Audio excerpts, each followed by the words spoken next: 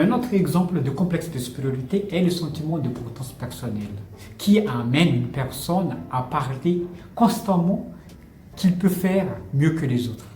C'est Sardoche pour moi tout l'instant toujours. Bonjour ou bonsoir à toutes celles et ceux qui nous regardent en replay. Si vous voulez un jour rejoindre la team live, vous êtes les bienvenus tous les mardis, jeudis et dimanches soirs dès 21h. Bonne rediffusion. Le complexe d'infériorité ou de supériorité. On utilise souvent cette expression, alors c'est une notion un peu, voilà, de c'est quoi, c'est un sujet psycho, on va dire. Hein. Donc il y en a un, et c'est jamais clair, tu vois, c'est ce que c'est nous qui ressentons et donc on est en dessous, ou en fait c'est non, et bon, on sait jamais l'un qu'est l'autre. En tout cas, moi j'ai ça et d'autres gens ont confirmé également. On va parler des deux en même temps. J'ai ouvert plein de petites vidéos. Il y en a qui sont plus sur l'infériorité, d'autres sur la supériorité, parfois sur les deux et tout, voilà. On démarre tranquillou et puis on va parler de nous-mêmes, moi aussi, et puis voilà quoi. Sondage avant toute chose. Alors voilà, la majorité des gens, 40% ici quand même disent je vois bien et j'ai un complexe d'infériorité. Il y en a 10 quand même qui ont un complexe de supériorité. Donc là, ça m'aide à comprendre.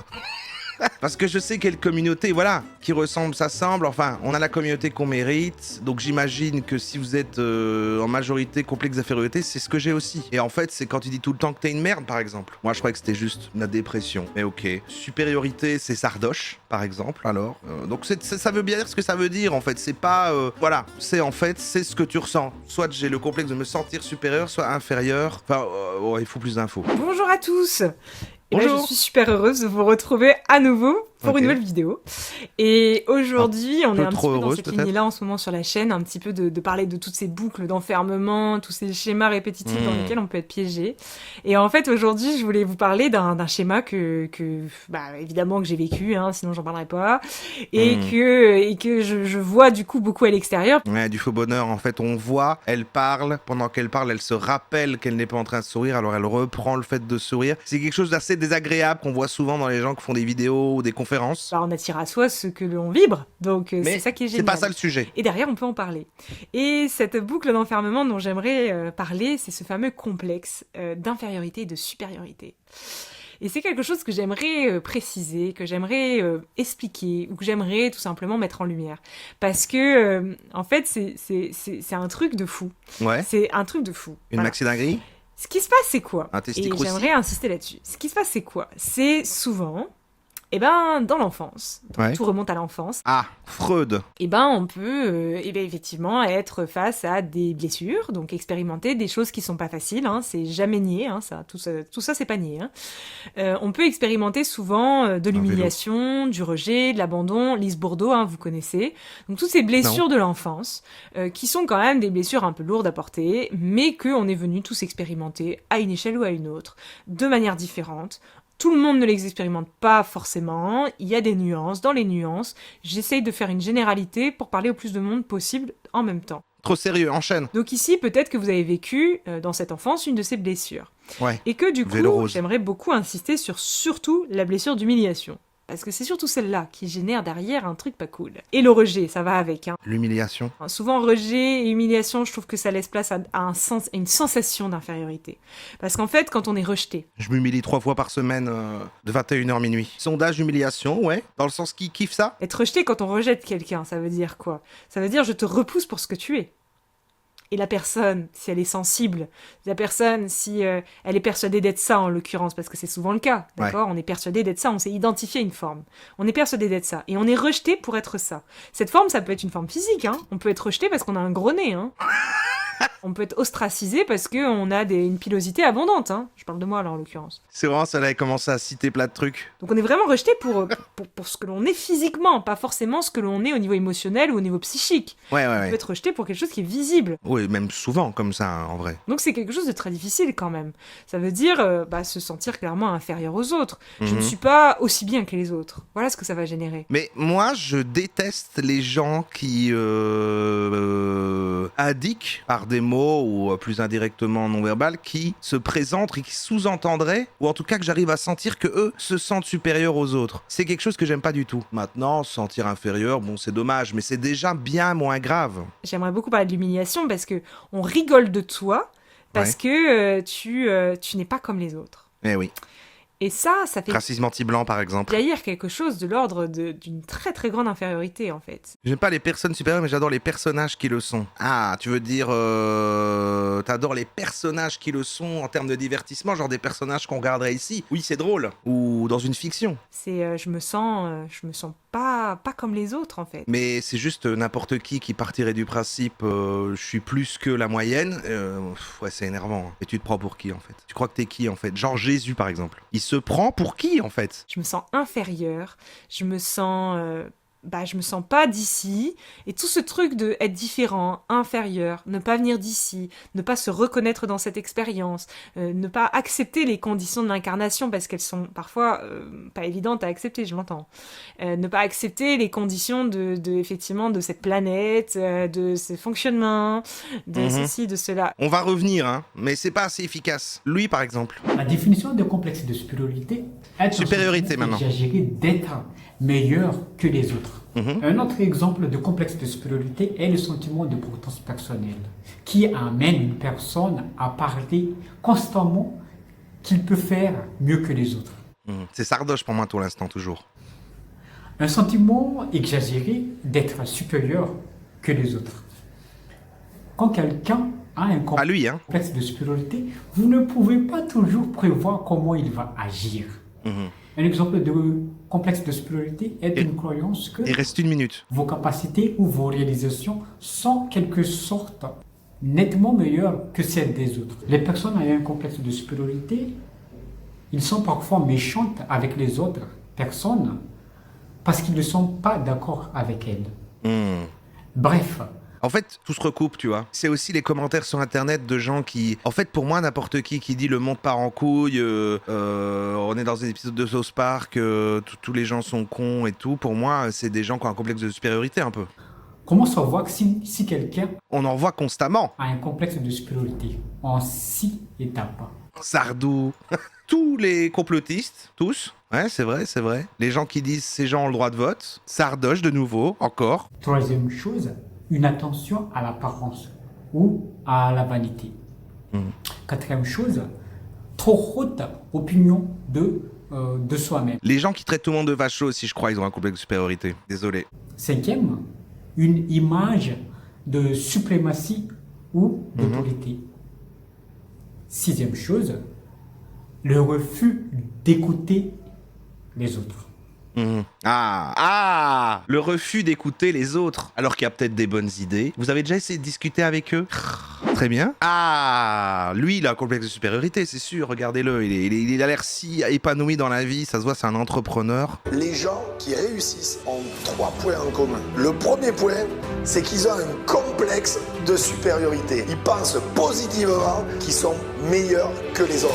Ils pensent qu'ils peuvent faire de très grandes choses. Les gens qui réussissent... Ah, il en a dit qu'une, mais voilà, lui il a dit ça, c'est un point positif, c'est une qualité d'ailleurs. Et là, entre ce sujet-là, on retourne chez madame et en même temps je vais faire un autre sondage. Selon Tout vous... ça fait jaillir une forme de, vous voyez, d'infériorité, en fait. On nous fait ressentir, parce que c'est ça, en fait, on nous fait ressentir de supériorité, qu'on est inférieur aux autres parce qu'on n'a rien compris, parce qu'on est différent. Parce une qu'on bonne n'arrivera chose. jamais. Et en fait, de là jaillit, et c'est ça que j'aimerais beaucoup dire dans cette vidéo, Je ferai avec infériorité c'est que aussi. derrière, on oublie ça, d'accord? On oublie cette petite histoire. Ouais. Et derrière, on arrive dans la vie adulte. Ah, Qu'est-ce qui rejaillit dans la vie adulte? tout un tas de... De sans arrêt se comparer les uns aux autres. C'est sans arrêt ce complexe d'infériorité et de supériorité. Parce qu'en fait, vu qu'on a une blessure d'infériorité à la base, et potentiellement on l'a jamais mise en lumière, hein, on l'a jamais trop regardé, on l'a jamais regardé sous l'angle que je suis en train de dire ici. Donc, on sait qu'on a été humilié. Ouais, mais c'est dur d'être équilibré, en fait. Enfin, en fait, effectivement, dans un monde parfait, personne n'aurait ni sensation d'infériorité ou de supériorité, mais ça reste quand même difficile, parce qu'on va avoir tendance à se comparer, etc. Et donc, au choix, il vaut toujours mieux que ça soit un complexe d'infériorité que de supériorité, non? Je vais faire ce sondage, j'aurais dû le mettre comme ça, en fait. Il y a quand même 10% qui pensent que c'est une bonne chose. Maintenant, mieux vaut avoir... Si t'es obligé de choisir, quoi. Voilà, vous vous dites demain, vous choisissez là, vous l'avez demain, quoi. Vous-même. Ou peut-être la majorité des gens. De supériorité ou un complexe d'infériorité. Tu peux te sentir inférieur sans avoir un complexe. Ce qui est un complexe va faire chier les autres, être jaloux de ceux qui y arrivent. Ah ouais, selon toi, c'est ça le côté complexe? Ou c'est quand t'en souffres? Après, je sais pas, hein, tu vois, c'est pas parce que tu te dévalorises que t'as forcément un complexe d'infériorité. Genre, moi, je me dévalorise beaucoup, je fais des vannes sur moi-même comme ça, je ne m'apprécie pas, mais je ne m'estime pas inférieur aux gens. J'ai une mauvaise opinion de moi, mais aussi des autres. Toi, c'est ça que j'essaie de dire. Je vous assure que quand on se fout de la gueule d'un enfant, clairement, et que cet enfant, véritablement, il est là et il comprend pas, je vous assure qu'il ressent quelque chose où il se sent totalement misérable. Et en fait, quand on n'a pas fait ce travail et quand on n'a pas, voilà, eu la possibilité, entre guillemets, de rechausser ces baskets-là, soit parce qu'on a oublié, soit parce qu'on n'a pas eu l'opportunité. Encore une fois, je trouve que son est trop orienté. Je lis ton truc quand même, ça dépend le sujet. Demande au chat s'il ne se sent pas supérieur à des électeurs du Front National, tu vas avoir 90% de oui. Ouais, mais voilà, mais du coup, ça indique. En fait, techniquement, si t'estimes sans remise en question, être sûr d'avoir une meilleure vision du monde, une meilleure opinion que qui que ce soit, tu as un peu un complexe de supériorité. Un petit peu. Et de dépenser beaucoup d'énergie pour prouver que je suis meilleure. C'est comme ça que ça va se traduire. On va y revenir. Mais par exemple, si je voulais 1 minute pour comprendre le complexe d'infériorité maintenant, sachant que lui a très bien expliqué le complexe de supériorité. Il vaut mieux avoir un complexe de supériorité, vous me dites, en 60% plutôt que 40% d'infériorité. Ça, c'est intéressant. Ok. Alors que pour moi, un monde où l'entièreté de l'humanité aura un complexe d'infériorité est une forme d'utopie. Vous suivez ma... Non mais si, poussez le truc. Le complexe d'infériorité. Le sentiment d'infériorité réaliste est quelque chose de bon en soi, car cela me permet alors de travailler dessus. En revanche, le complexe d'infériorité est quelque chose de mauvais, puisque il entretient une croyance qui est celle de la fatalité. Par exemple, je n'ai pas eu la chance d'avoir une bonne éducation. Ce serait horrible que des prouveurs. Bah non, justement, alors c'est l'inverse. On est en train encore d'inverser les choses, là. Attends, tu voulais dire quelqu'un qui a un complexe d'infériorité, il compense en essayant de prouver des choses, et du coup, c'est eux les chiens, en fait? Ah, c'est toi, c'est de moins en moins clair. Souviens-toi, si tu te considères comme inférieur, les autres penseront que tu l'es. Au fond, tu deviens ce que tu penses être. Ouais. Mon conseil du jour pour toi, il est tiré d'un livre de Laurent Gounel. À chaque fois que tu te regardes, Pourquoi tu l'écoutes lui? Pourquoi tu crois qu'il a raison? T'as un complexe d'infériorité ou quoi? te dire « je t'aime » sincèrement. Et à force, cela fera monter ta confiance en toi et réduira ton complexe d'infériorité. C'est tout pour moi. Et je te dis à bientôt. Il l'a fait en 1 minute, il a pas menti. Il l'a même fait en 57 secondes. Mais si on voulait avoir par exemple un autre avis de lui par exemple, comment savoir si tu as un complexe de supériorité? Le complexe de supériorité ou d'infériorité, tu le sais quand tu vois les enfants jouer dans la cour d'école. À 4 ans, c'est qui le gars qui bully les autres et c'est qui les mecs qui se font bully. Et voilà. D'accord, tout est dit. Tout est dit en fait. Donc, supériorité c'était les cools de l'école et les ringards de l'école, les nuls, c'est ceux qui ont le truc d'infériorité. Est-ce que t'étais dans le mec qui se faisait bully ou est-ce que t'étais dans le groupe qui se faisait pas bully, tu vois? Et là, tu vois le mec, parce qu'en gros, c'est vraiment un truc dans ta personnalité où tu vois que concrètement, t'as toujours pensé mériter mieux que les autres. Moi, par exemple, c'est horrible à dire ça, mais quand j'étais petit, quand on jouait à la console avec mes frères, quand on jouait à la console avec les potes de mes frères, avec mes potes à moi et machin et tout, mais moi, j'avais toujours la manette. Il y avait 2 manettes, 10 enfants, et moi, j'avais toujours la manette. Elle était pas branchée par contre. Même contre les plus grands que moi. Et d'ailleurs, je me battais avec les autres enfants. C'est genre, tu me prenais pas la manette. Et objectivement, quand t'as 8 ans et que tu te bats contre un gamin de 14 ans, je perdais. Hein. Je me prenais des torgnoles et j'allais pleurer, mais je revenais et je me rebattais jusqu'à avoir la manette. Mais en fait, tu vois, j'ai jamais accepté que quelqu'un puisse avoir plus que moi. D'accord. Donc c'est donc ça, un complexe de supériorité. Donc si la personne fait preuve de complexe, ça peut être un complexe d'infériorité ou d'infériorité. Parce que les gens qui savent que complexe d'infériorité, en fait le complexe de supériorité, c'est juste un complexe d'infériorité renversé. L'ego joue beaucoup, c'est pour ça qu'il faut prendre du LSD la team. Donc, elle a envie en fait de montrer qu'elle vaut la peine, elle veut montrer qu'elle est au-dessus des autres, parce qu'au départ déjà... D'accord, ah oui, donc voilà. Ah, j'avais pas tout cet aspect-là, donc en fait, quelqu'un qui a un complexe d'infériorité, c'est pas quelqu'un qui fait des blagues, genre, non mais de toute façon, je suis naze et tout. C'est en fait quelqu'un qui veut prouver et tout, donc en fait, c'est les gens insupportables. Donc ceux qu'en fait, on croit, on pourrait dire, lui, il a un complexe de supériorité, il arrête pas de tout le temps essayer de prouver des choses et tout. En fait, il comble un truc d'infériorité, donc c'est complètement un autre délire. Mais tout le monde ne fonctionne pas pareil, il y en a qui vont pas faire ça. Ils ont des trucs à prouver. Ah ouais, non mais ça, à ce moment-là, c'est chaud aussi. Mais quelqu'un qui a un complexe de supériorité, qu'est-ce qu'il fait? il va quand même prouver des choses, mais il le prouve pas, mais il va être trop sûr de lui. C'est pour ça qu'on disait les deux, c'est la même chose. C'est la même chose. J'ai demandé à Gemini. Complexe d'infériorité et supériorité, c'est la même chose, non? Non, ce ne sont pas la même chose, mais ils sont étroitement liés. Il se traduit par un sentiment persistant de ne pas être à la hauteur. Mais moi, j'ai pas ça, moi. La personne se dévalorise, doute constamment de ses capacités, se compare négativement aux autres. Enfin, oui, mais en fait, tout le monde là, suivant les différentes choses, quoi. Quelqu'un va dire, bah, dans ça, je suis pas bon, dans ça, je suis bon, tu vois. Supériorité, la personne affiche une arrogance ou une surestimation d'elle-même. C'est ça, c'est insupportable. C'est insupportable. Cependant, selon les travaux, voilà, ce comportement est un mécanisme de défense pour masquer une profonde insécurité. Il compense ce sentiment secret d'infériorité en cherchant à prouver qu'il est le meilleur que les autres. C'est ça. Donc en fait, il existe l'infériorité, mais parfois, le complexe de supériorité peut être en fait une manière de cope avec le sentiment d'infériorité. J'ai peut-être eu ça, moi, à un moment à l'adolescence, fin d'adolescence ou début jeune adulte. J'ai l'impression que j'ai eu quelques années de trop de confiance en moi, peut-être pour masquer. Et puis après, bon, voilà, tu grandis, quoi. Avec la moto rose, quand j'avais une moto rose. Même l'arrogance pour la vanne. Il y a trop de gens qui sont arrogants, de base, avec beaucoup d'ego, et après, ils en font un personnage. Non, mais lui, non, mais c'est son personnage, c'est son clown, il fait le gars arrogant. Non, mais c'est pour de vrai, en fait. Big Flo. Je rigole, Big Flo. Mais qu'est-ce qu'il en pense, Sadhguru? Je savais pas que j'avais autant d'avis différents. Parce que plus on en parle, moins c'est clair. Hein. Je sais que je serai un échec à ma mort, mais je vais mourir dans la félicité. Sadhguru, c'est toujours intéressant d'avoir son avis. Hein. Vous vous souvenez quand on l'a vu qui titubait sur un bateau? So how do you deal with the pressure of being relatively average? C'est mieux que quelqu'un vous fasse ressentir cela ici. Parce que de toute façon, cela peut arriver dans votre vie. Cela peut arriver dans votre travail, cela peut arriver dans votre famille. Quelqu'un va vous dire, tu n'es pas assez bon.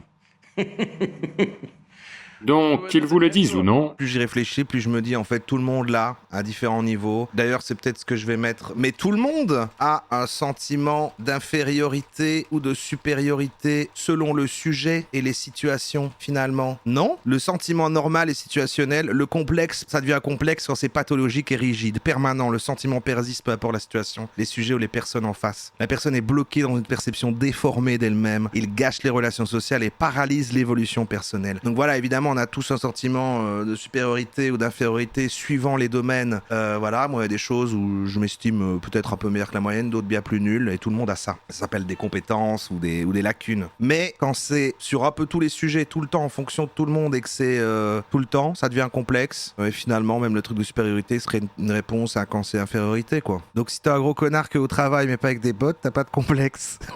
Je vais vous raconter mon projet. Parce que juste avant-hier, j'étais à la colline de Chamundi. Cela s'est produit il y a 37 ans. Attends, tu vas dire que c'était avant-hier. Sans aucune raison, je débordais d'extase. Chaque cellule de mon corps explosait.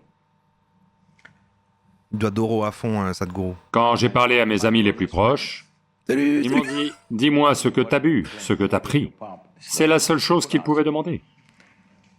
Quand j'ai interrogé mon propre mental sceptique, mon mental a dit « Peut-être que tu dérailles. » Mais je savais que j'avais touché une mine d'or. Voilà, par exemple, il a un complexe de supériorité parce qu'en fait, juste par le fait qu'il estime que c'est normal d'être assis là et des gens l'écoutent, quoi. C'est comme si moi, je viendrais là et je dirais, bah oui, quoi, je peux me mettre sur Internet, il y a des centaines de gens, ils m'écoutent. Tu vois, ça, des gens comme ça, je supporte pas. Autant lui, tu vois, voilà, c'est... pour qui tu te prends, en fait, encore une fois? Si je m'assois simplement comme ça, je deviens tellement extatique que ce qui me semble durer 2 minutes a duré 7-8 heures. Avez-vous remarqué cela? Mais tu parles pas du sujet. Puissiez-vous mourir en étant un échec? Est-ce que ça va? Oui, vous devriez. Bon. Ah, se sentir inférieur, pourquoi? C'est pour les hypersensibles, c'est un truc d'hypersensible, ça, c'est vrai. Quoi que tu fasses, les autres paraissent toujours plus à tes yeux, c'est plus lumineux, mieux lotis que toi. Ouais, voilà, non. Si c'est le cas, c'est que tu souffres sans doute d'un complexe d'infériorité. Ah, donc c'est aussi des trucs genre « Ah, mais c'est pas juste, les autres, ils ont une meilleure vie que la mienne. » C'est pas « je suis nul » en fait, ça peut être un sentiment d'injustice. Pour moi, c'est encore différent, ça. On va entamer une série de vidéos, de 2 vidéos autour de l'estime de soi et du complexe d'infériorité. Aujourd'hui, on va voir ensemble c'est quoi le complexe d'infériorité. Et les gens qu'on enregistre dans leur salle de bain, là. Et pourquoi tu te sens systématiquement inférieur. Convaincu d'être nul alors une vie nulle alors que pas du tout. Oui, non, voilà, ouais, parce que non, ça... Moi, je trouve que quand t'entends la vie des autres, je sais pas, tu te dis, bon, tout le monde a une vie naze. Alors, ce que nous explorons dans cette vidéo fait partie des éléments fondamentaux qu'on aborde ensemble dans la phase 4 de la Happy Heart School. C'est quoi la Happy Heart School? Si tu ne sais pas encore, c'est l'école du cœur que j'ai fondée. L'école du cœur, sortir durablement des schémas d'échec amoureux et des schémas de codépendance. Mais c'est un problème de bonne femme. Merde, j'aurais dû mettre la reverb. Imagine un banc public qui peut prendre 2 personnes maximum. Tu prends place dessus, puis il vient un être qui t'apparaît comme étant un géant. Au départ, du coup, il prend la place vacante, mais très vite, il imagine, il pète de plus en plus. Et toi, tu te pousses de plus en plus. Tu te pousses vers le rebord. Tu te fais petit, tu te contractes, pendant que ce géant prend plus de la moitié du banc. C'est chez elle, les craquements. Et il n'a pas l'intention de bouger. Tu ne peux pas te mesurer à lui. Alors, forcément, sans chigner. Voilà, il y a des images au moins là. Tu te lèves et tu te retires en lui laissant le banc entier. Cette image illustre le phénomène qui se passe à l'intérieur de soi. J'allais dire c'est en fonction des autres, mais oui, forcément, infériorité, il y a un repère. Ouais. Avoir un complexe d'infériorité, c'est se sentir systématiquement comme un nain dans un monde de géants. C'est tu te sens tout le temps insignifiant, tu te considères d'office comme étant inférieur aux autres. Ça me joue pas du tout ça, moi. On n'a même pas le droit d'exister. Tu auras systématiquement une tendance à lui octroyer plus de valeur, à avoir plus de considération pour cette personne, à être plus indulgent ou indulgente vis-à-vis d'elle, plutôt qu'envers toi-même. Ok, intéressant. Autrement dit, tu te sens petit en permanence, insignifiant, pas à la hauteur. Et c'est pas juste une opinion objective ou une pensée, parce qu'en fait, tu peux avoir compris intellectuellement que oui, nous avons tous la même valeur en tant qu'être humain, qu'on peut se comparer peut-être sur des compétences ou des points précis, mais malgré ça... Ouais, c'est irrationnel, ça qui a l'air important, c'est que c'est irrationnel. C'est pas sur des points précis, machin, c'est une sensation globale et générale qui reste, quoi. Mais la distorsion de la réalité est là. Donc, tu traînes avec toi une gêne, un sentiment d'imposture, d'insignifiance. Tu te sens inférieur sans pouvoir l'expliquer rationnellement. C'est un sentiment profondément ancré en toi. Ouais, c'est complexe. Je crois pas que j'ai ça en tant que tel. Pour reprendre l'exemple... On pourrait croire, hein. Avoir un sentiment d'infériorité, c'est vraiment avoir l'impression de vivre dans un univers de géants. Et du coup, pour y remédier, tu te déguises. Ah oui, voilà, là il essaie de compenser, quoi. Il monte sur des échasses, mais en fait, t'as l'air d'un bouffon. Toujours cette impression d'imposture. Parce que tu sais que derrière le déguisement, t'es juste une personne de taille moyenne. Tu ferais pas ce métier, arrête tes conneries. Bah, je ne sais pas, il y a peut-être des gens qui partent d'un complexe d'infériorité et puis qui ont du coup besoin de validation, d'approbation et qui du coup cherchent la notoriété, ça existe. Alors, quelle est l'origine du complexe d'infériorité? Pourquoi on développe ça? D'où ça vient?